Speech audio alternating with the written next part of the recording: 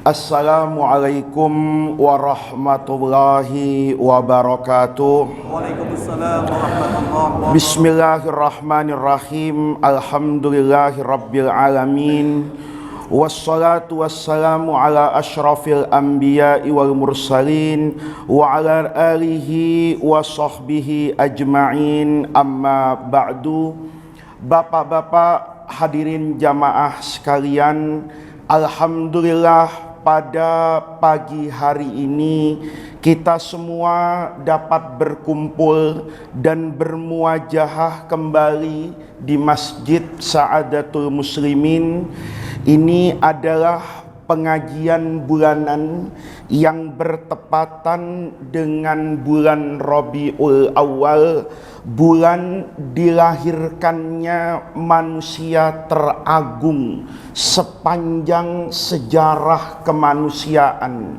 Tidak ada manusia, tidak ada nabi, tidak ada rasul, tidak ada pemimpin yang mendapatkan perhatian dari umatnya melebihi Rasulullah Sallallahu Alaihi Wasallam.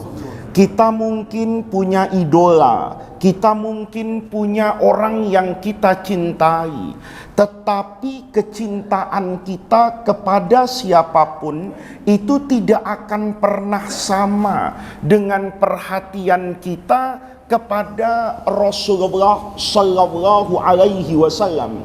Saya mungkin cinta kepada istri saya mungkin bisa jadi cinta kepada pemimpin saya bisa suka kepada orang lain, tetapi perhatian saya itu pasti tidak sama dengan perhatian saya kepada Rasulullah Sallallahu Alaihi Wasallam.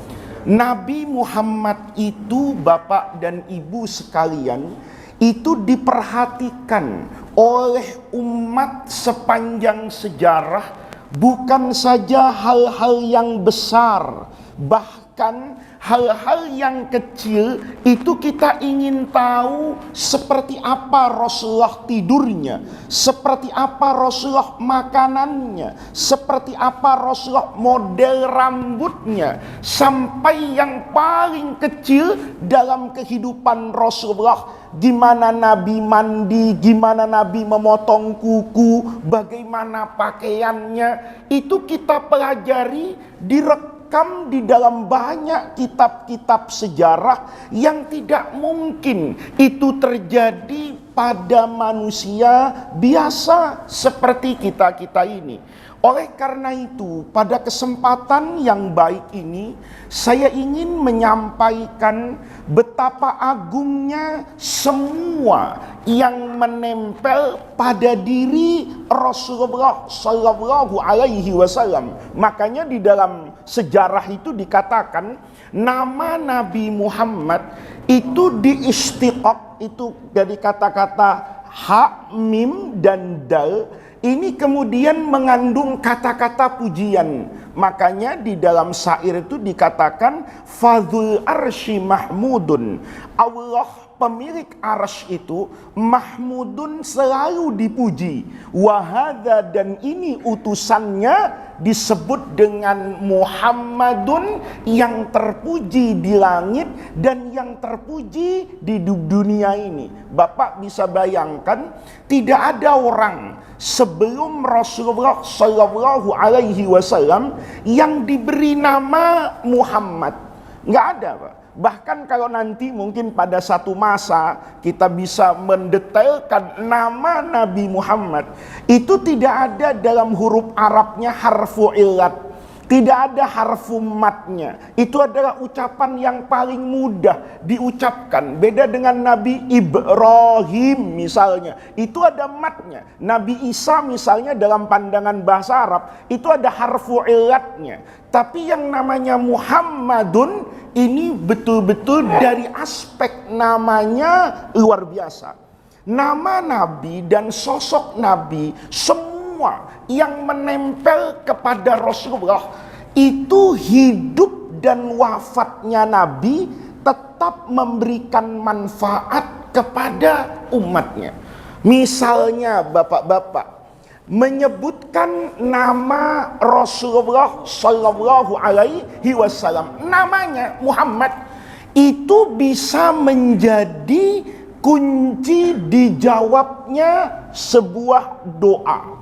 Dulu misalnya Imam Ahmad bin Hanbal, misalnya Imam At-Tabrani dalam Mu'jamnya, itu meriwayatkan satu hadis, yang hadis ini diterima oleh mayoritas ulama ahli sunnah. Nanti Imam Ibnu Katsir misalnya, itu juga meriwayatkan satu kisah yang nanti diterima oleh semua imam-imam besar lintas madhab yang 4, yang menunjukkan keagungan Rasulullah Sallallahu Alaihi Wasallam.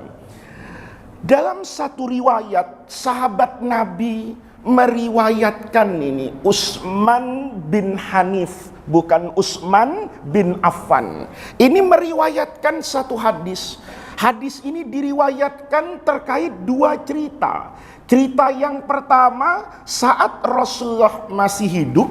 Cerita yang kedua diriwayatkan oleh Utsman bin Hanif yang sama, itu setelah Rasulullahnya wafat. Yang pertama ketika Rasulullahnya masih hidup. Kata beliau, pada satu hari itu datang kepada Rasulullah Sallallahu Alaihi Wasallam rajulun dorir. Ada orang yang buta matanya, datang ke masjid Rasulullah Sallallahu Alaihi Wasallam. Orang buta ini ngomong kepada Rasulullah Sallallahu Alaihi Wasallam. Kata orang buta tadi, "Ya Rasulullah, mata saya ini buta dan itu menyulitkan saya." Karena ada orang yang buta, tetapi kemudian mungkin punya pembantu, punya asisten yang bisa menuntun dia kemana-mana. Atau punya hewan kayak anjing. Dulu ada salah seorang menteri ya di kabinet Tony Blair itu buta, tapi punya anjing yang pinter. Jadi anjingnya itu bisa disuruh untuk mengantar kemanapun majikannya pergi. Tapi saya, kata orang tadi, "Ya Rasulullah, ini buta mata saya ini membuat hidup saya menjadi sulit. Maka tolong ya Rasulullah, doakan saya." Doakan saya. Nabi masih kasih tawaran. Kata Nabi, "In syi'ta, kalau kamu mau, da'autu, saya bisa berdoa minta kepada Allah." Dan Nabi itu kan wakana mustajabad doa. Doanya Nabi itu pasti mustajab. Wa in syi'ta, kalau kamu mau, akhartu, saya nggak doa sama kamu. Kenapa? Karena butamu itu akan mendatangkan pahala yang luar biasa. Dulu di televisi itu ada anak kecil ya, umurnya 11 tahun gitu, buta, tapi bisa menghafal Quran. Kemudian ditanya itu sama wartawan itu di satu televisi, "Kamu nggak berdoa kepada Allah agar matamu itu," karena dia melihat ini anak soleh banget ya, umur 7 atau 8 itu hafal Quran, 9, 10, 11 itu mutqin dengan beragam qiraat yang mutawatirah dari Rasulullah Sallallahu Alaihi Wasallam. Maka kemudian wartawan bilang, "Apa Anda tidak berdoa kepada Allah supaya mata Anda kembali?" Apa kata anak tadi? "Saya itu justru bersyukur kepada Allah.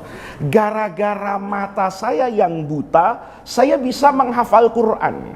Seandainya mata saya tidak buta, mungkin saya tidak bisa hafal Quran itu. Mungkin main layangan, kalau yang besar-besar mungkin ngelihat janda kan begitu kan." Nah, ini karena matanya ini tertutup, maka dia tidak punya kesempatan untuk menikmati indahnya dunia. Karena tidak menikmati indahnya dunia, maka kemudian dipakai untuk menghafal Al-Quran. Dan pastinya orang yang buta itu masuk surganya pasti, Pak. Itu lebih cepat dari kita-kita. Karena dia tidak mungkin dihisap matanya. Kita ini kan mata kita hisapnya berat, Pak. Kadang melihat, kadang kelihatan dan keasikan. Kalau kelihatan tuh enggak dosa, Pak. Ya. Kalau kelihatan enggak dosa, tapi kelihatan dan menikmati itu yang dosa. Kita kan sering, Pak, ya ibarat komputer tuh nggak connect gitu ya. Ngelihat maksiat, ada perempuan auratnya terbuka, mata kita enggak sengaja melihat. Astagfirullah. Mestinya kan langsung merem atau nengok kanan atau nengok kiri, tapi astagfirullahnya istiqomah. Astagfirullah, ini dosa, tapi matanya terus. Nah itu nanti hisapnya itu per detik, Pak. Jadi nanti yang 1 detik, 2 detik, 3 detik itu mungkin dimaafkan itu. Tapi kalau 5 menit itu bukan kelihatan, niat itu memanfaatkan tadi yang terlihat, itu hisapnya besar. Maka Rasulullah yang bil mukminin raufun rahim, kepengen selalu umatnya itu dapat yang terbaik. Maka kata Nabi, insyi'tu, kalau kamu mau, akhartu, saya nggak usah doa lah, ya doa saya untuk kamu bahagia nanti saja di dalam apa itu surga. Di dunia kamu ndak lihat apa-apa, tapi nanti di surga kamu akan melihat keindahan hidup. Maka kata orang tadi, kepengen dua-duanya Rasulullah. Ini kita kadang-kadang maunya itu memang enak fid dunya hasanah wa fil akhirati hasanah itu. Mau dapat hasanahnya 2 kali. Maka kan Nabi yang bil mukmin ya sudah, kata Nabi. Kalau itu memang menyulitkan Anda, maka kata Rasulullah sallallahu alaihi wasallam, kamu keluar dari masjid ini, kamu pergi berwudu, kemudian sholat 2 rakaat, ya wudunya fayuhsinu wudu'ahu, dalam hadis itu yang dalam bahasa fikih namanya isbaghul wudu. Ini wirid yang paling afdal, Pak. Nah, dulu guru saya itu, saya tanya, guru, saya minta wirid yang paling hebat yang guru kerjakan. Kata guru saya, wirid saya yang paling hebat itu, saya selalu kalau berwudu itu isbagh. Isbagh itu sempurna. Apalagi di waktu-waktu yang kita tidak suka kena air.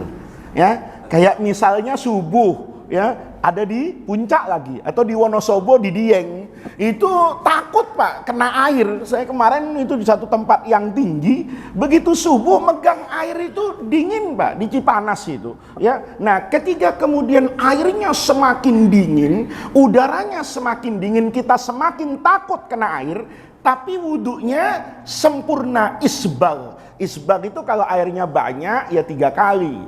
Kita kalau lagi dingin 3 kali itu berat rasanya. Tapi kalau di Tanjung Priuk siang-siang, nah, puasa-puasa itu aneh, Pak. Yang wudhu nggak pernah kumur-kumur di luar Ramadan, itu kalau Ramadan aneh, jadi kepengen kumur-kumur. Kenapa? Karena panas, kan begitu. Nah, ini namanya isbaghul wudhu alal makarih. Itu amalan yang luar biasa, Pak. Bapak rajin berwudhu, wudhunya sempurna alal makarih pada waktu yang Bapak nggak suka kena air.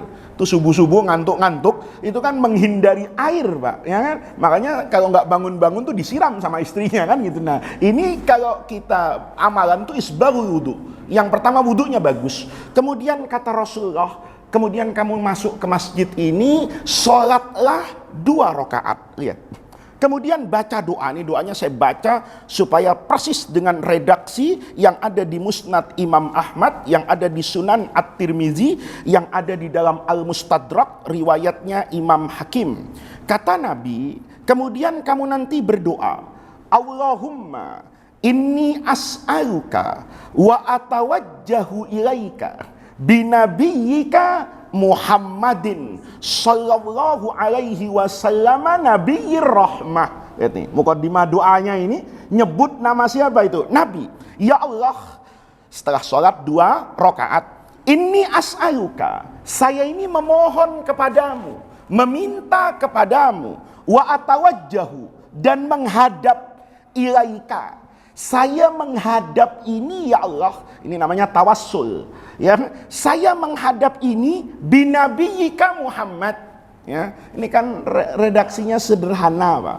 Bapak kalau mau ketemu orang, misalnya Bapak mau ketemu presiden, itu kan lama dan sulit, Pak. Karena presiden nggak kenal sama Bapak, ya. Misalnya Muhammad Faiz ngajukan surat, saya kepengen ketemu dengan Pak Presiden. Pasti kata lingkungan presiden yang pertama, ini orang siapa? Kan gitu. Kalaupun lapor Pak Presiden, ada orang namanya Muhammad Faiz mau ketemu. Itu kan Masya Allah Pak, lama betul. Karena presiden tidak kenal saya. Saya pasti kenal presiden, tapi presiden pasti tidak kenal saya. Kan begitu. Ditanya, Faiz ini siapa? Ini kan lama betul Pak. Tapi kalau saya ngajak, ya misalnya Pak Mahfud MD, Pak Mahfud, ya sesama keturunan Madura misalnya, saya kepengen ketemu presiden, yang ngajak saya dan yang mengajukan itu langsung siapa itu? Pak Mahfud. Dia bilang, Pak Presiden, saya mau ketemu ini dengan Pak Presiden, nganter orang. Siapa Pak Mahfud? Faiz. Pak Mahfud tahu, cepat itu urusannya itu. Nah, orang ini cerdas, diajarin sama Nabi cerdas, bilang sama Allah, saya menghadap itu bukan menghadap sendiri, tapi menghadap doa saya itu, saya membawa nama binabiyika Muhammadin, dengan Nabi Muhammad. Siapa Nabi Muhammad itu? Nabi rahmah, Nabi yang penuh kasih sayang. Maka nabinya saya panggil dalam doa ini, ya Muhammadu, wahai Nabi Muhammad, ini tawajjahtu, saya ini menghadap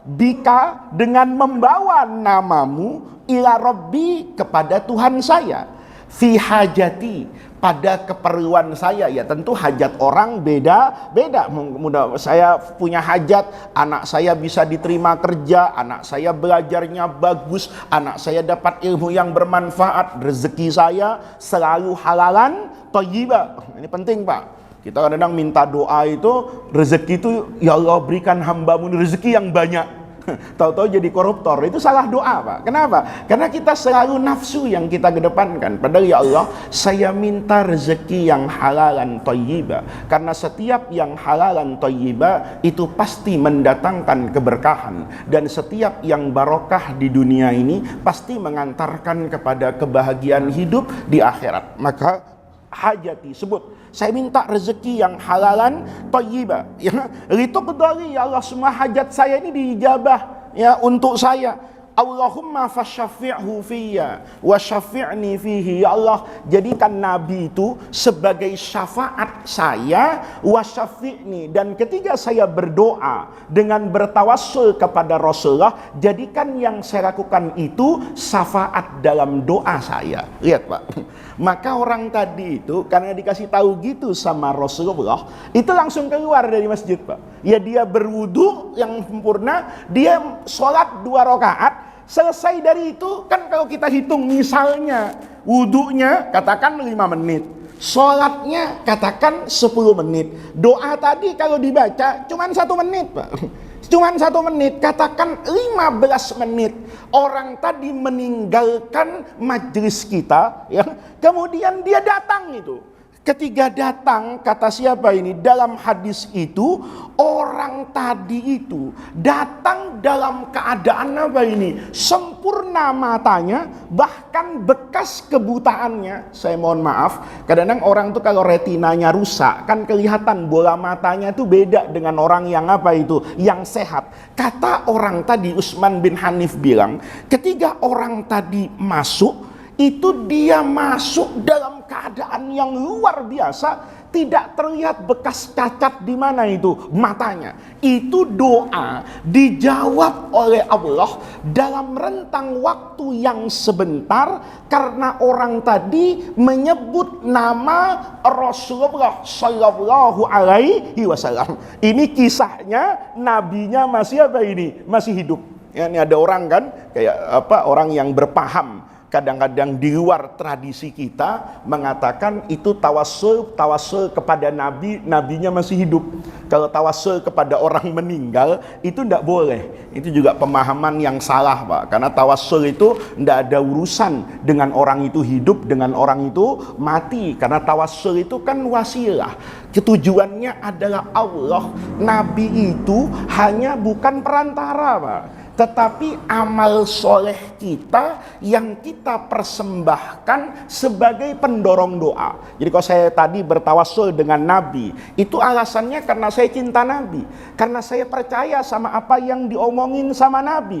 Kepercayaan saya kepada Nabi kecintaan saya kepada Nabi itu bagian dari apa itu? Amal soleh. Sama halnya saya ingin dapat rezeki, kemudian bertawassul dengan yang namanya sholat duha. Wasta'inu bisobri wassolat. Ini yang pertama, Pak. Jadi yang pertama, nabinya ini masih apa ini? Hidup. Itu doanya mustajab.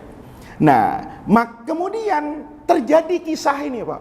Jauh setelah Rasulullah apa ini? Wafat. Itu di masa Khalifah Sayyidina Utsman bin Affan. Ini ada 2 Utsman nanti ini.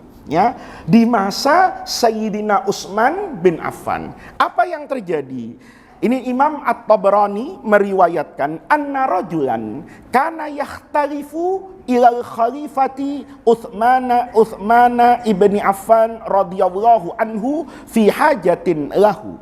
Jadi dulu kata Imam At-Tabrani, ini ada orang, Pak, yahtalifu itu mondar-mandir ke menghadap kepada khalifah nih, presiden Sayyidina Utsman bin Affan. Apesnya karena khalifatu la yaltafitu ilaihi wa la yanzuru fi hajatihi. Nih, jadi dia sudah datang ke kantor presiden, apes terus, Pak. Tiap dia datang, presiden udah pergi, Pak. Ini kata pas pampresnya ini, Anda telat datangnya. Mestinya pagi-pagi kalau mau menghadap presiden. Oh yaudah, jam berapa biasanya? Jam 7. Dia datang jam 7, presiden dari subuh udah pergi, Pak. Ya kan? Kata, waduh ini datangnya malam gitu kan. Ya udah nanti habis maghrib ya datang. Ternyata presiden bermalam di tempat lain. Pokoknya ini dia nggak pernah bisa ketemu sama presiden. Maka urusannya, ini urusan gede, tanah 10 hektar di Halim, ya kan? Wah ini urusan gusuran, kalau 10 hektar ini mafianya banyak ini. Kalau tidak pakai tangan dari atas, nggak selesai urusannya. Maka dia kejar betul ini presiden, ya, supaya urusannya cepat apa ini? Selesai, tidak terombang-ambing. Tapi dia tidak pernah bisa ketemu dengan presiden. Maka kemudian orang tadi di jalanan lagi pusing begitu, ketemu Sayyidina Utsman bin Hanif. Kata Sayyidina Utsman bin Hanif, ada apa kamu? Kok mukanya kayak enggak dapat BLT ini kelihatannya ya. Mukanya ini kayaknya enggak dapat bansos ini. Atau sudah antri panjang Idul Adha berharap dapat daging, pas dia sampai ke plastik habis. Ya kan? Ini mukanya rasanya Masya Allah. Pas pulang di jalanan tuh enggak enak terus mukanya. Maka kata Sayyidina Utsman bin Hanif, ada apa? Maka dia ngomong, curhat, saya ini punya punya urusan sama Khalifah Utsman bin Affan, tapi tidak pernah selesai. Kenapa? Tidak pernah bisa ketemu, katanya. Saya udah berusaha pagi-pagi, beliau udah keluar. Nanti saya datang malam-malam sudah tidak ada. Pokoknya nasib saya ini buruk betul. Nggak pernah bisa ketemu dengan Sayyidina siapa ini? Utsman. Maka kemudian kata Utsman bin Hanif, sudah, kamu jangan putus asa. Terus berusaha sambil apa itu? Berdoa. Diajarin doa yang tadi, Pak. Ya, doa yang tadi. Ya kata Sayyidina Utsman bin Hanif, sudah, sekarang kamu sebelum nanti menghadap Sayyidina Utsman, sebelum cari waktu yang pas, kamu doa. Doa apa kata orang tadi? Diajarin doa yang tadi itu. Allahumma inni as'aluka wa atawajjahu ilaika binabiyyika Muhammadin sallallahu alaihi wasallam nabiyyir rahmah. Ya Muhammad ya nabiyyir rahmah, inni tawajjahtu bika ila rabbi fi hajati lituqdali. Fash'allahumma fashaffi'hu fiyya wa syaffi'ni fihi. Doa, Pak. Singkat cerita, baca betul orang ini doa. Apa yang terjadi? Setelah dia berdoa ini, ya ini tidak diriwayatkan dalam hadis, apakah setelah berdoa kayak orang buta tadi langsung diijabahi, atau dia berdoa berapa lama dulu tidak tahu. Pokoknya dia berdoa ini.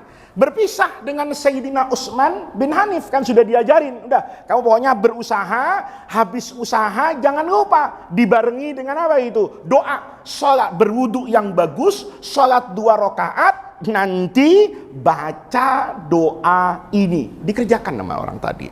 Maka apa yang terjadi? Satu ketiga, selesai baca doa ini, dia bismillah nih, berangkat. Oh, saya mau ketemu Sayyidina siapa ini? Utsman. Dalam riwayat hadis itu, bapak-bapak, ini luar biasa kata orang tadi. Yang biasanya saya sulit ketemu Sayyidina Utsman, aneh. Begitu datang, itu pengawalnya, penjaganya itu langsung menyambut saya. Aneh, Pak. Biasanya saya dicuekin gitu ya. Begitu masuk itu, tiba-tiba pas pampres ini, Mensesnek nih, Pak Pratikno sama Mensekap ini, Pak Pramono Anung, itu langsung keluar, Pak. Dari mana itu? Dari Istana Merdeka. Nyambut dia. Kata, oh, Anda yang mau ketemu presiden ya? Iya, orang ini bengong, Pak. Kenapa? Apa-apaan ini? Saya kok dirangkul kayak gini? Fa'ajlasahu. Maka kemudian sang pengawal itu orang tadi didudukkan di samping Khalifah Utsman bin Affan. Kata Sayyidina Utsman, "Mabika, ada urusan apa kamu?" Saya sambil terpana langsung cerita ini. Mumpung apa ini ketemu. Begini, saya ini punya tanah Khalifah 10 hektar di Halim ini. Ya, mau ada pembebasan tapi kayaknya saya mau dizalimi, dimain-mainkan lah ya oleh aparat yang masih suka duit misalnya gitu ya. Nah ini saya ndak selesai urusannya nanti. Saya minta tanda tangan langsung Khalifah Sayyidina Utsman bin Affan supaya nanti cepat tukar menukar sertifikatnya. Nggak banyak tukang ukur yang aneh-aneh, nggak banyak bolpen yang nggak akan tanda tangan kecuali ada apa-apanya. Oh ya udah, kata Utsman, kalau cuman begitu gampang, kata Utsman. Ini ibarat sekarang nih, ditanda tangan langsung, Pak. Ngomong Sayyidina Utsman, urusan kayak gini nih kenapa baru sekarang ngadep saya? Kata orang tadi dalam hati, gua udah 3 bulan katanya. Cuman susah bener katanya. Kata Utsman, kamu kenapa baru ngomong sekarang? Kalau kamu mau dizalimi orang, kenapa nggak kemarin-kemarin aja kamu ngomongnya? Tapi orang ini santun, Pak. Ya sudahlah. Yang penting urusan saya beres. Toh yang nggak bener sudah masuk penjara, istrinya juga sudah masuk penjara, ya sudahlah, selesai saja. Untuk apa kita cerita panjang-panjang yang bukan urusan kita, kata orang tadi. Toh yang curang, toh yang berkhianat, toh yang aneh-aneh sudah ketangkap KPK, ketangkap Bareskrim, ketangkap Kejaksaan Agung, sudahlah. Maka dia nggak ngomong tuh. Utsman ngomong lagi. Pokoknya nanti gini ya, kalau ada masalah yang kayak begini, sudah, kamu ndak usah pusing-pusing, cepat datang ke saya. Orang tadi, ya dari dulu juga kepengen cepat datang, tapi ndak bisa ketemu kan begitu. Maka orang tadi, Pak, terima kasih sama Khalifah Utsman, terima kasih Khalifah, ini sudah saya mendapatkan apa ini? Keadilan. Maka keluar, Pak. Kata orang Jawa, dilalah, kebetulan pas keluar ketemu Sayyidina Utsman bin Hanif. Ini kan sahabat Nabi, sama-sama sahabat. Maka orang tadi ini terima kasih. Ya kan? Terima kasih. Ya Allah, Sayyidina Utsman bin Hanif, terima kasih ya. Dia berhusnudzon bahwa Utsman bin Affan Khalifah ini menerima dia jangan-jangan karena bisikannya Utsman bin Hanif. Ini kan sama-sama sahabat Nabi. Paham dia, saya semenjak dulu ndak bisa ketemu. Tapi begitu diajarin doa sama Utsman bin Hanif, ketemu, tapi dia tidak yakin dengan doanya.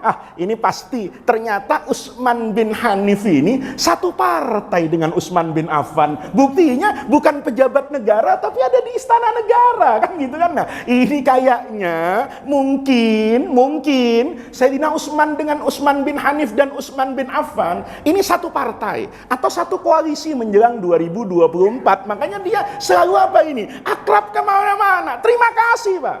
Ya, ini yang dulu dibilang sebagai mafia kasus, makelar kasus, kan begini ini urusannya. Kata orang tadi, oh jangan-jangan saya ini dibantu ngomong sama Utsman bin Hanif. Maka fasyakaro.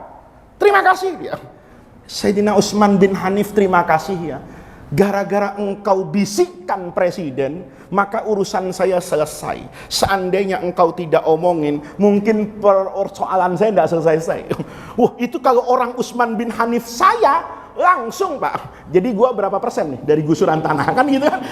Ya 10 hektar di Halim, 1 meternya katakan 50-60 juta. Pasti ngomong gitu kan? Jadi udah beres kan ke presiden kan? Gara-gara gua kan? Jadi gimana? Gua berapa persen? Kan begitu pasti. Utsman bin Hanif ini, Pak, kalau orang sekarang bisa gila hormat. Nah, lu baru tahu keramatnya gua. Catet ya, ntar kalau gua mati, Wali Songo tambah 1. Kan gitu kan? Lihat, ampuh bener kan? Lu berkali-kali nggak bisa ketemu khalifah, sekali ketemu gua, urusan. Wah, mungkin saya ngomong itu presiden, petugas partai saya itu selesai urusan. Kalau saya sudah apa itu ngomong, lihat Pak. Tapi Sayyidina Utsman bin Hanif itu orang yang bersih, orang yang jujur, ngomong, sumpah dalam Mu'jam itu, wallahi maka lam tuh, saya ndak pernah apa itu ngomong sama Sayyidina Utsman bin Affan, saya ndak pernah ikut campur urusanmu. Saya semenjak ketemu kamu kemarin, itu ya sekarang baru mau ketemu Sayyidina Utsman bin Affan. Saya tidak ada urusan dengan khalifah. Kata orang tadi loh, tapi khalifah itu menyambut saya, menyelesaikan saya dengan cepat. Maka kata Utsman bin Hanif, kamu baca doa yang saya ajarin enggak? Baca, kata dia. Ismun Nabi. Nama Nabi itu, kata Utsman bin Hanif, yang menyelesaikan masalahmu. Orang tadi tidak percaya. Masa katanya? Karena orang kalau lagi kesusahan Pak, itu kadang-kadang yang ada di pikiran itu kadang-kadang kotor Pak. Ya, saya dulu pernah guru saya cerita, ada orang punya masalah besar sekali, ya, nggak pernah selesai kayak gini juga. Maka karena guru saya dulu orang yang terpandang, maka dia ngomong ke guru, guru, saya punya urusan guru, saya ini tidak selesai urusan saya. Kata gurunya, terus kamu lapor sama saya, kenapa? Ya kalau guru yang ngomong sama pejabat itu, urusan saya itu pasti selesai. Kata guru saya punya kenalan lagi gitu. Kalau ngomong sama dia, urusan sedunia beres gitu. Orang tadi itu karena panik langsung ngomong, guru kenal, ente juga kenal, gitu. Kamu juga kenal. Orang tadi nanya, siapa guru? Allah. Nih lihat, kotornya orang ngomong, jangan bercanda guru. Ini orang kalau yang di otaknya duit sama dunia Pak, ya jarang ke masjid kata ketua DMI tadi itu ya, masjid lewat begitu jarang zikir, itu pikirannya kotor Pak, pikirannya kotor itu. Begitu saya ke guru kenal, ente juga kenal, ya udah guru yang ngomong deh, kata nggak usah, ente aja, masa saya bisa, siapa guru? Allah. Kata orang tadi, wah rugi gua, ya kan? Mana gua ngadep kiai bawa parcel, mana gua amplopin tadi, kagak mau ngomong dia, gua sendiri. Ini kan orang, Mbak, maaf kalau bahasa kasar, biangnya goblok ya ini, gitu loh. Kan betul kata gurunya. Kalau kamu berbicara kepada Allah dengan kebersihan jiwamu, apa sih yang bisa melawan Allah? Kalau Allah sudah bersama kita, lalu siapa yang berani melawan kita kalau Allah bersama kita? Sebagaimana kalau kita dimusuhi sama Allah, biar kita kumpulin semua orang hebat sedunia, siapa yang bisa mengalahkan siapa itu? Allah. Tapi pikiran kita suka-suka gitu. Maka orang tadi Pak, pikirannya rada-rada begitu. Kata dia, masa iya doa gua apa ini? Mustajab. Utsman langsung nunduk kayak begitu. Kata orang tadi, kata Utsman bin Hanif, saya juga nggak tahu. Cuman saya dulu melihat, nah ini Pak. Cuman saya dulu melihat, ini namanya dalil yang membolehkan orang tawassul dengan orang soleh sekalipun orang tadi sudah meninggal. Karena rawi yang meriwayatkan hadis ini, Sayyidina Utsman bin Hanif, itu pasti lebih mengerti terhadap apa yang dia sampaikan, karena dia kemudian menceritakan dan menyuruh orang tadi itu setelah wafatnya siapa itu? Nabi, Rasulullah. Maka kemudian ngomong Sayyidina Utsman bin Hanif, saya juga nggak tahu doa apa kok bisa kayak begitu ya. Kata orang tadi, ya tapi kenapa anda kasih ke saya? Kalau anda juga nggak tahu, iya. Tapi saya dulu tahu satu peristiwa. Dia cerita, ada orang buta datang sama Rasulullah minta doa. Kata Nabi, mau didoakan apa nanti aja buat tabungan di mana itu? Di akhirat. Orang tadi minta didoakan. Kemudian Nabi mengajarkan sighah. Sighah itu kalimat, kata, diksi, redaksi yang kemudian diamalkan oleh orang buta tadi. Kata Sayyidina Utsman bin Hanif, fama tola binal iftiraq. Enggak lama kita berpisah dengan orang buta tadi. Dia masuk masjid, tiba-tiba matanya itu sudah apa itu? Sudah sembuh seperti sedia kala, seolah-olah tidak pernah ada apa itu? Tidak pernah ada cacat di matanya. Karena saya dulu melihat kayak gitu, maka saya ceritakan sama kamu. Dan saya yakin betul, ya, kata Utsman bin Hanif, apa yang diajarkan Nabi itu pasti sesuatu yang luar biasa buat umatnya. Maka saya ajarkan kepadamu semua yang saya tahu, semua yang saya dengar, dan Allah kemudian menjawab doamu. Itu dahsyatnya nama Nabi, Pak. Ya, jadi di bulan Maulid ini kecintaan kepada Rasulullah, apalagi sholat subuh, Pak. Ya, itu cuma nyebut nama Nabi doang itu, ya. Itu luar biasa. Bagaimana kalau nama Nabi itu bergema di dalam hati apa ini? Kita. Saya datang ke masjid ini kenapa? Ya, tadi syahadat itu azan, Pak. Azan itu nggak cukup menyebut nama Allah. Bapak juga nggak dikatakan beriman loh. Kalau syahadatnya separuh. Saya bersaksi bahwa tiada Tuhan selain Allah. Bapak nggak jadi orang Islam. Sampai Bapak mau dan Rasulullah Nabi Muhammad itu adalah utusan Allah. Coba, ada nggak nama manusia di dunia ini yang disebut setiap hari oleh bukan jutaan, Pak, miliaran orang? Itu cuma Nabi Muhammad. Subuh tadi sekurang-kurangnya katakan Bapak nggak sholat subuh gitu ya, tidur gitu. Tapi dengar azan, mesti dengar nama Nabi itu. Iya kan? Ketika azan itu setiap 5 waktu nama Nabi Muhammad itu disebut, Pak. Setiap qomat disebut. Bapak sholat, ya, sekurang-kurangnya itu waktu apa itu? Tasyahud. Allahumma sholli ala Sayyidina Muhammad. Nah, apalagi di bulan apa ini? Maulid. Jadi kecintaan kepada Nabi, Bapak. Kecintaan, ketundukan, kekaguman kepada Rasulullah itu bermanfaat bahkan dari hal yang sederhana. Ini yang terakhir, Pak. Di tafsir Ibnu Katsir itu, Imam Abu Nasri As-Sabbagh ini. Jadi ini Bapak, tidak semua yang terkait dengan kuburan itu musyrik gitu. Ini kan banyak orang sekarang kuburan tuh kayak dibuat dijauhi dari orang hidup gitu. Jangan nanti nyembah kuburan, nanti musyrik. Nggak begitu ajaran Islam gitu loh. Dulu Nabi waktu di Mekah itu kuntu nahaitukum an ziyaratil kubur. Begitu di Madinah, ala fazuruha, amr, disuruh sama Nabi. Kenapa? Karena ziarah kubur itu mendatangkan manfaat. Ya kan, saya pernah cerita di masjid ini. Dulu orang di Indonesia itu bagus, Pak. Kuburan itu ditaruh di kanan kiri, depan belakang masjid itu. Tidak ada masjid di Indonesia dari dulu itu kecuali ada kuburannya, kecuali masjid baru. Ya, karena biasanya mendirikannya itu di tanah yang baru, ya. Itu kalau masjid yang tua-tua itu mesti ada kuburannya, Pak. Kenapa ada kuburannya? Karena dulu orang, ya, itu rajin ke masjid. Setiap dia datang ke masjid kan lewat kuburan, Pak. Dulu pesantren saya tuh di Darul Rahman yang di Bogor, itu keluar dari pesantren itu lewat kuburan, Pak, depan masjid itu.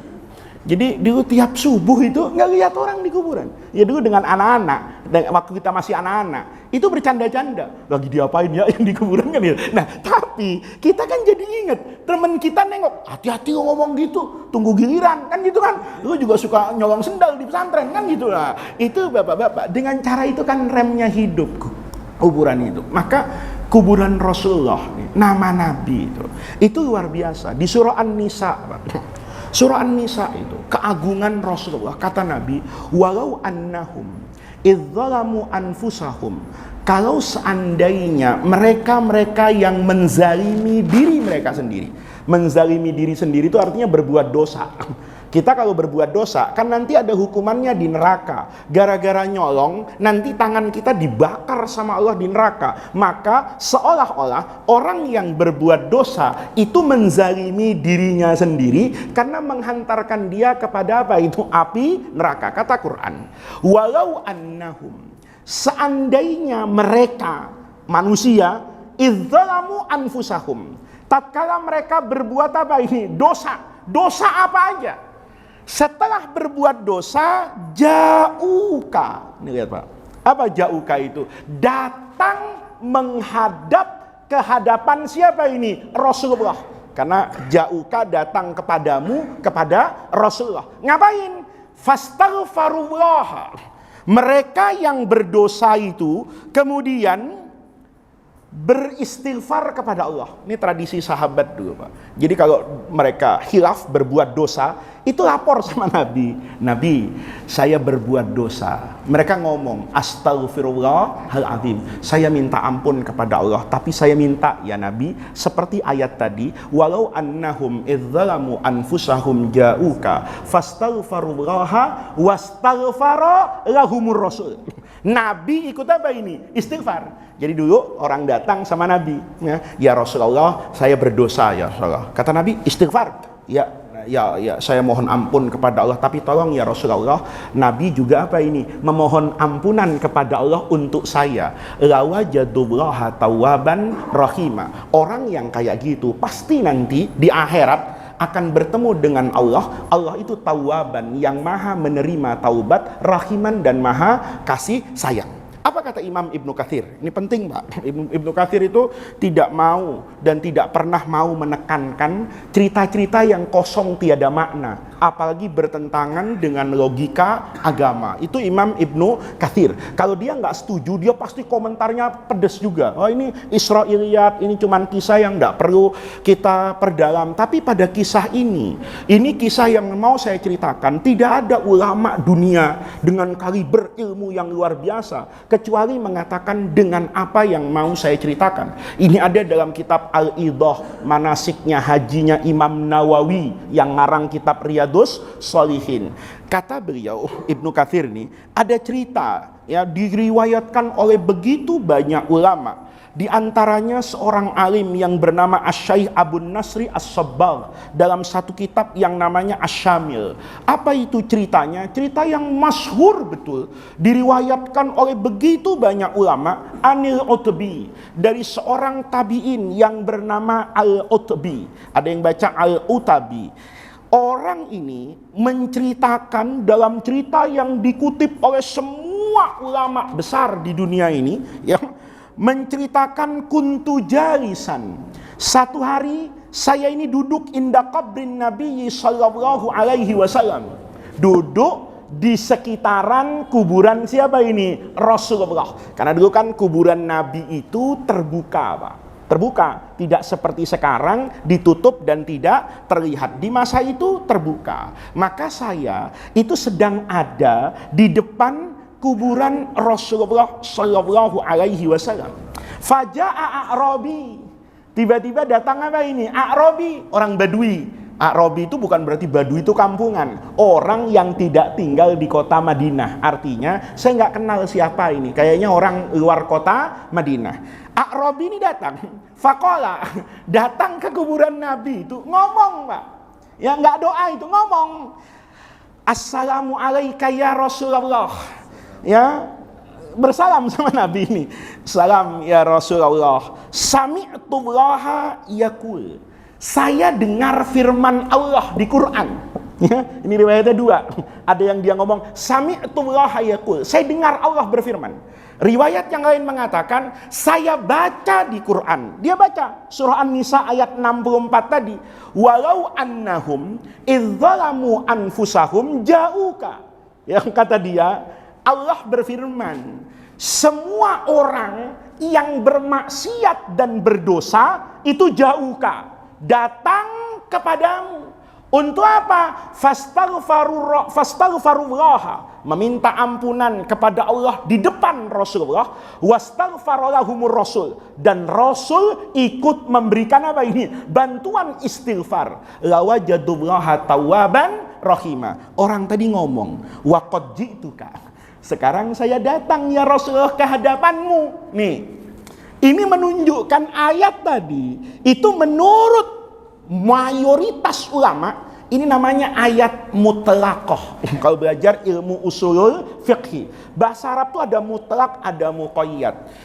Yang mutlak itu tetap menjadi mutlak sebelum datang keterangan lain yang mengikat yang mutlak ini. Kayak saya misalnya ya bilang, Pak Hermawan ambilkan saya nasi. Beliau datang bawa nasi uduk boleh, bawa nasi kebuli tidak salah, bawa nasi kuning ahlan wa sahlan, bawa nasi goreng juga oke aja. Kenapa? Saya minta bawain nasi, saya nggak berhak protes. Loh, kok nasinya merah? Ya biar sehat, kan begitu pandangan dia. Tapi saya mau makan pakai sayur, nggak enak kalau nasi merah misalnya. Tapi beliau nggak boleh salah. Kenapa? Karena mutlak. Kalau saya muqayyad, diikat nih Pak Hermawan, ambilkan saya nasi putih. Walaupun beliau bawa yang lebih enak, tetap nggak boleh. Misalnya tahu-tahu datang bawa nasi goreng. Saya tanya, Pak, kok bawanya nasi goreng? Kan saya mintanya jelas nasi putih. Beranalogi sendiri, ya kan kasihan Ustadz, makan nasi putih tidak ada lauknya. Saya kan murid yang baik, daripada makan nasi putih kan enakan nasi goreng, ada ayamnya, ada telurnya. Ya, saya bilang bukan soal itu Pak, saya mau makan soto ayam gitu. Saya tidak punya nasi, Bapak kasih nasi goreng. Itu kalau melanggar sesuatu yang apa itu? Yang muqayyad. Tapi kalau mutlak, enak hidup itu, ya mutlak biar aja mutlak. Makanya air itu, yang paling berkuasa namanya air mutlak. Ya, air mutlak itu apa sih? Air yang suci, mensucikan, mutlak. Yang dia bisa diambil airnya doang. Tapi kalau sudah jadi air teh, kan nggak bisa Pak. Ini air teh nih. Saya bilang, Pak Hermawan, tolong ambilin tehnya, sisain airnya. Nggak bisa. Ini kopi susu, tolong ambil kopi susunya, tinggal airnya. Nggak bisa. Itu air kelapa, tolong ambil kelapanya, sisakan airnya. Nggak bisa. Nah, itu nggak bisa dipakai wudhu, Pak. Kenapa? Karena dia tidak lagi mutlak. Nah, mutlak itu bebas, Pak. Gitu. Begitu saya bilang, air, ya air apa aja. Gitu. Selama dia berfungsi sebagai air yang suci. Mau air sungai, mau air laut, mau air mineral. Nah, itu namanya contoh mutlak dengan muqayyad. Ayat ini kata ulama, mutlaqah, ayat yang mutlak, baqiyatun ila yaumil qiyamah, sampai hari kiamat. Buktinya apa? Ulama tadi meriwayatkan, kata Al-Utbi, orang ini enteng aja datang. Ya Rasulullah, kan Allah berfirman di Quran, semua orang yang dosa suruh datang menghadap Rasulullah. Ya saya datang. Tahu-tahu begitu saya datang, engkau sudah meninggal. Karena engkaunya nggak ada, saya datengin makamnya, kuburannya. Lihat nih Pak, semua yang nempel sama Rasulullah itu azim Pak. Saya datang ke sini ke Madinah mau minta udah istighfar sama Allah. Ya tolong ya Rasulullah, istighfarin buat saya. Karena kata Allah, saat saya dosa datang kepada Nabi. Sekarang Nabinya nggak ada. Saya datengin apanya? Kuburannya. Terus orang tadi nggak berdoa Pak, baca syair Pak. Baca syair nih di depan kuburan Nabi ini. Maka saya datang ke hadapanmu ya Rasulullah di makam ini, mustaghfiran li dzambi, saya meminta ampunan atas dosa saya, mustashfi'an bika ila rabbi, saya berharap datangnya saya ke hadapanmu di makammu itu menjadi syafaat buat saya di hadapan Allah Subhanahu wa ta'ala. Tsumma yaqul, nih baca apa ini? Syair kayak tadi itu. Ya Nabi salam alaika, ya anta samsun anta badrun. Kalau itu bilang bid'ah, ndak boleh. Itu ngajinya kurang piknik Pak, ya kan? Ya mungkin ngajinya kurang lama, atau sebelum saya baca ini dia pulang duluan, ya. Nah itu begitu dapat snack langsung nggak hilang, nah itu bahaya. Nah ini bapak-bapak, ini dibaca sama siapa ini? Sama orang tadi itu baca syair.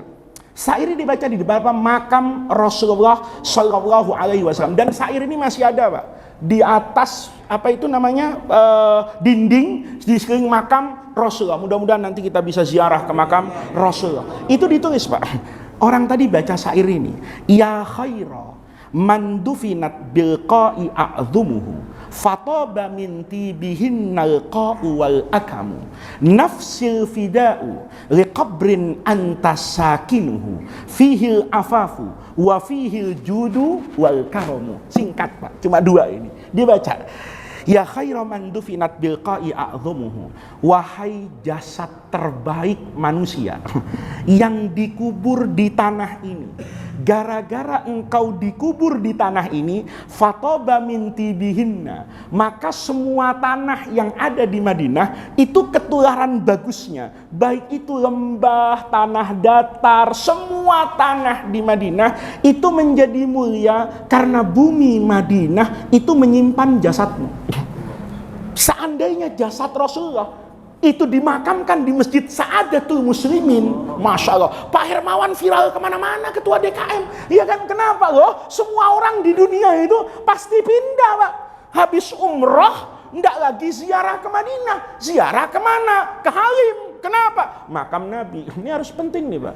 Ini betul. Karena Nabi kan itu dicari orang. Makanya ada hadis Nabi bilang begini. Kata Nabi, innal imana layak rizu ahlahu ilal Madinah. Semua orang yang beriman itu hatinya pasti mendorong kepengen datang ke kota Madinah. Ini hati-hati nih, Pak. Kalau Bapak nggak kangen-kangen sama Madinah, kangennya sama Amerika, kangennya sama itu, hati-hati itu ya. Ini kata innal iman. Iman seseorang itu layak rizu.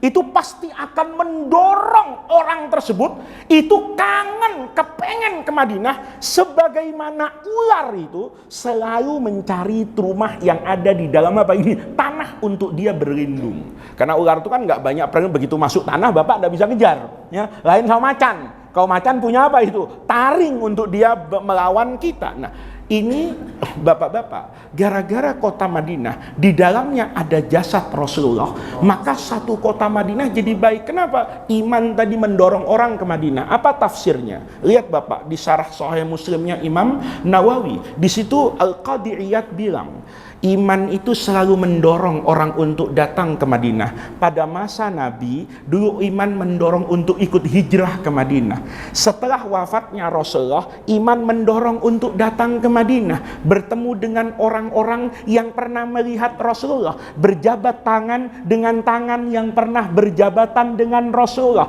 mencium pipi orang yang pipinya dulu pernah bersentuhan dengan pipinya Rasulullah Shallallahu Alaihi Wasallam. Sepeninggal sahabat, tabiin, ulama, dan yang sekarang, kata beliau, pasti orang itu ke Madinah. Kalau bicara orang alim tidak jadi di Madinah. Orang hafal Quran dulu cuman di Madinah karena Nabi dulu ngajar pertama di Madinah. Tapi sekarang itu orang pasti kangen ke makamnya Rasulullah Shallallahu Alaihi Wasallam. Jadi dibaca syair tadi, Pak. Ya, fatoba min tibihin nalqa'u wal akam nafsil fida, jiwa dan raga saya Allah, al-fida jadi ganti, liqabrin buat kuburan nih. Artinya gini, Pak, kalau boleh tuker ya Allah, saya aja yang mati, biarin Rasulullah hidup, karena kehidupan Nabi itu luar biasa. Saya hidup malah merusak gitu, paham? Nafsil fida liqabrin anta sakinuhu. Saya bersedia tukar dengan Nabi. Udah Nabi hidup, saya mati, kan nggak ada, Pak. Pemimpin yang digitukan tuh udah ada. Bapak baca waktu wafatnya Rasulullah, itu sahabat Nabi itu kumpul depan rumahnya Rasulullah itu. Ketika tahu Rasulullah itu sakit kayak begitu, itu semua orang kan nanya itu. Semua orang bilang, kata Nabi, ada apa orang-orang itu? Mereka kumpul depan rumah Nabi, ngapain? Ngajak nego malaikat maut. Ya kan? Dinego udah malaikat, jangan cabut Rasulullah, kita aja nih gantinya. Kurang apa nih kita? 200 orang, ya kan? Daripada nyabut satu nih 200, 300 mati untuk Rasulullah. Itu Nabi. Itu yang terjadi pada masa Sayyidina Umar, Pak.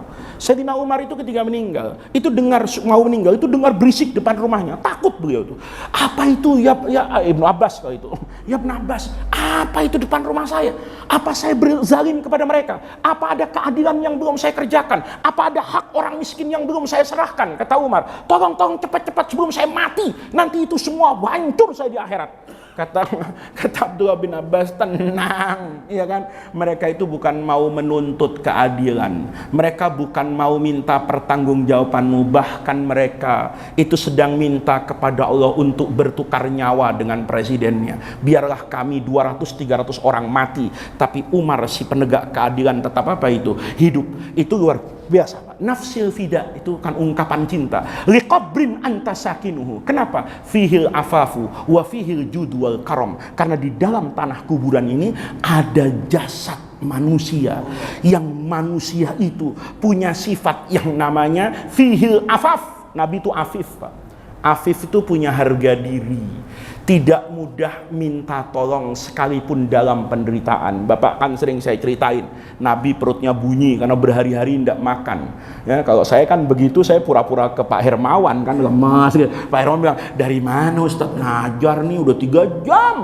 Ya kan, kata Pak, kelihatan banget nih Ustadz kayaknya lemas. Nanya pasti, belum makan, belum. Mau makan apa? Ya kalau bisa sate kan gitu kan. Rasulullah Pak nggak begitu.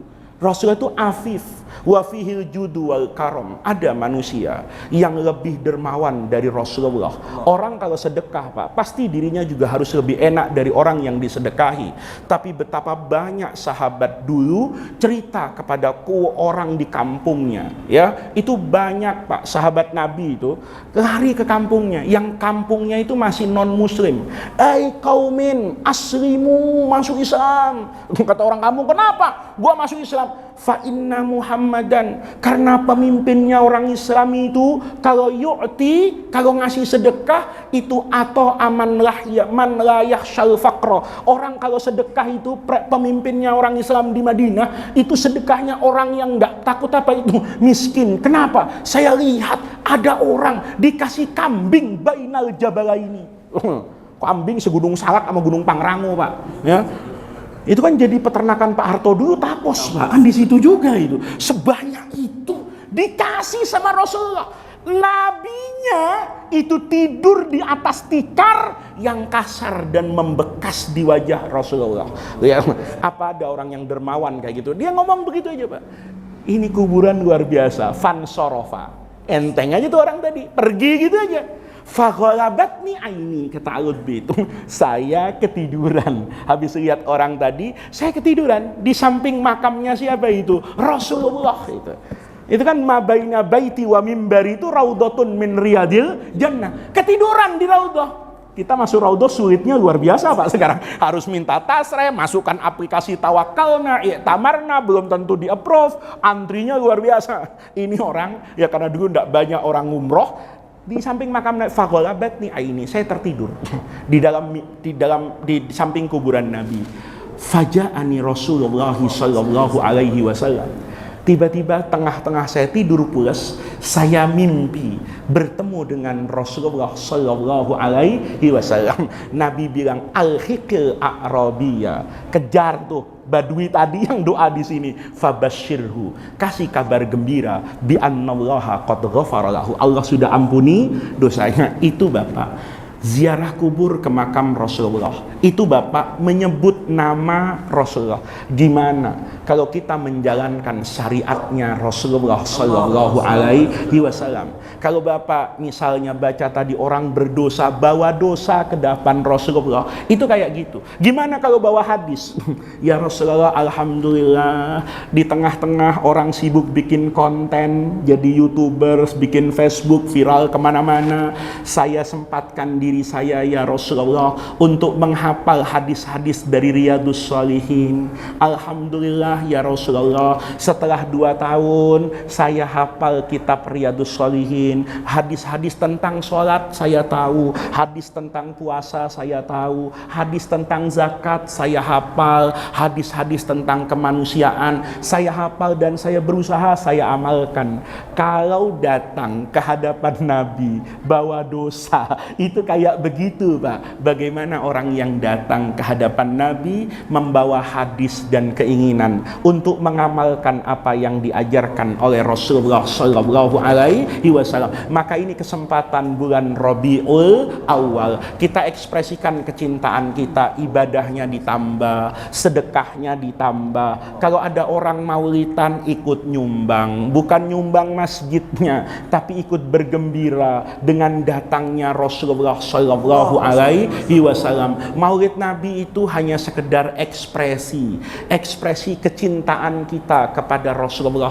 Mengekspresikan kecintaan itu tentu bisa dengan beragam makna, beragam bentuk pekerjaan, selama itu dimaknai sebagai kecintaan kepada Rasulullah sallallahu alaihi wasallam. Mudah-mudahan di bulan Rabiul Awal ini Allah jadikan kita semua orang-orang yang mencintai Rasulullah sallallahu alaihi wasallam, orang-orang yang dicintai oleh Rasulullah sallallahu alaihi wasallam. Mudah-mudahan apa yang kita lakukan di pagi hari ini, di hari yang baik, di bulan yang baik, di tempat yang baik, pada kegiatan yang baik, itu dicatat menjadi tawassul dan wasilah kita untuk mendapatkan khairat dunia wal akhirah. Mudah-mudahan kita sama dengan orang yang menyebut nama Nabi, sama dengan orang yang beristighfar di depan makam Nabi. Mudah-mudahan itu semua menjadi bisyarah, kabar gembira kepada kita untuk nanti saat bertemu di hadapan Allah Subhanahu wa taala,